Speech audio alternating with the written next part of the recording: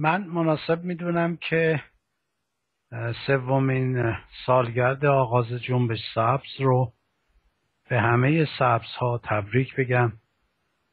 و به ویژه از همه کسانی که در این مسیر هزینه دادن، شهدای جنبش، زندانیان جنبش و در رأس اونها رهبران جنبش که در حبس و حسرن، ازشون یاد کنیم و تقدیر کنیم.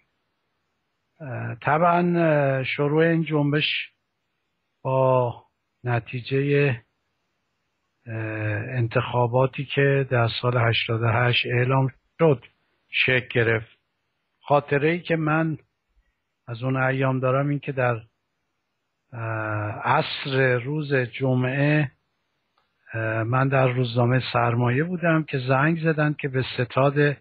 اصلاح طلبان واقع در قیطریه حمله شده و من خودم رو به اونجا رسوندم. جمعیت زیادی اومده بودن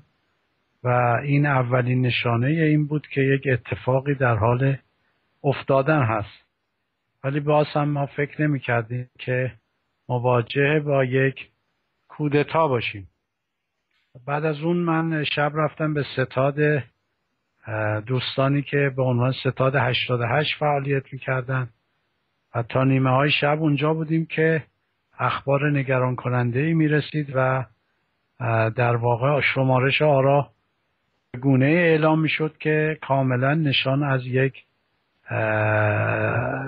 تقلب و دستکاری در انتخابات داشت و بچه هایی که تو ستاد بودن، جوان ها به خصوص، بسیار نگران و آشفته بودند و حتی بعضی ها گریه میکردند و بنده هم با خانواده بودم ناچار ستاد رو ترک کردیم تا فردا که اون حوادث به پیش اومد و عصر روز شنبه که طبق معمول ما به دفتر سیاسی در جبهه مشارکت رفتیم و در اونجا بحث کردیم که نحوه مواجهه ما با این نتیجه اعلامی چه باشد که قرار شد یک بیانیه در این رابطه صادر بشود. حدود ساعت 8:30 بود که من جلسه رو ترک کردم و رفتم به طرف خونه که مواجه شدم با درگیری هایی که به خیابان طالقانی، دانشگاه پلی‌تکنیک و اون اطراف کشیده شده بود و من به سختی تونستم که خودم رو به خونه برسونم و در اونجا بود که مطلع شدم به دفتر جبهه مشارکت از طرف نیروهای امنیتی هجوم آوردند و تمام دوستانی که ما در اونجا داشتیم بازداشت و به زندان بردند و این در واقع شروع اتفاقی بود که تا امروز ادامه پیدا کرده و مردم ما رو برای بازخواست از کسانی که رأی مردم رو دستکاری کردن به خیابونها آورد و جنبش سبز رو شکل داد و من فکر میکنم جنبش سبز مرحله تکاملی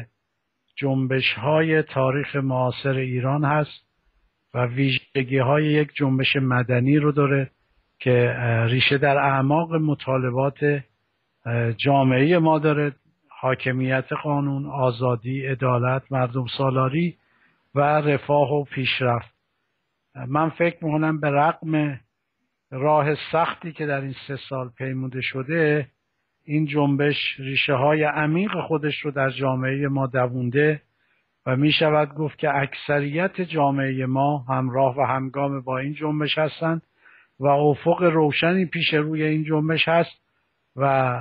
با مقاومت مدنی مردم که تا اینجا ادامه داشته می شود امیدوار بود که این جنبش به اهداف خودش در آینده دست پیدا خواهد کرد و جامعه ما رو از این وضعیت رقتبار و تأسف آوری که بدان دچار شده نجات خواهد داد. من به همه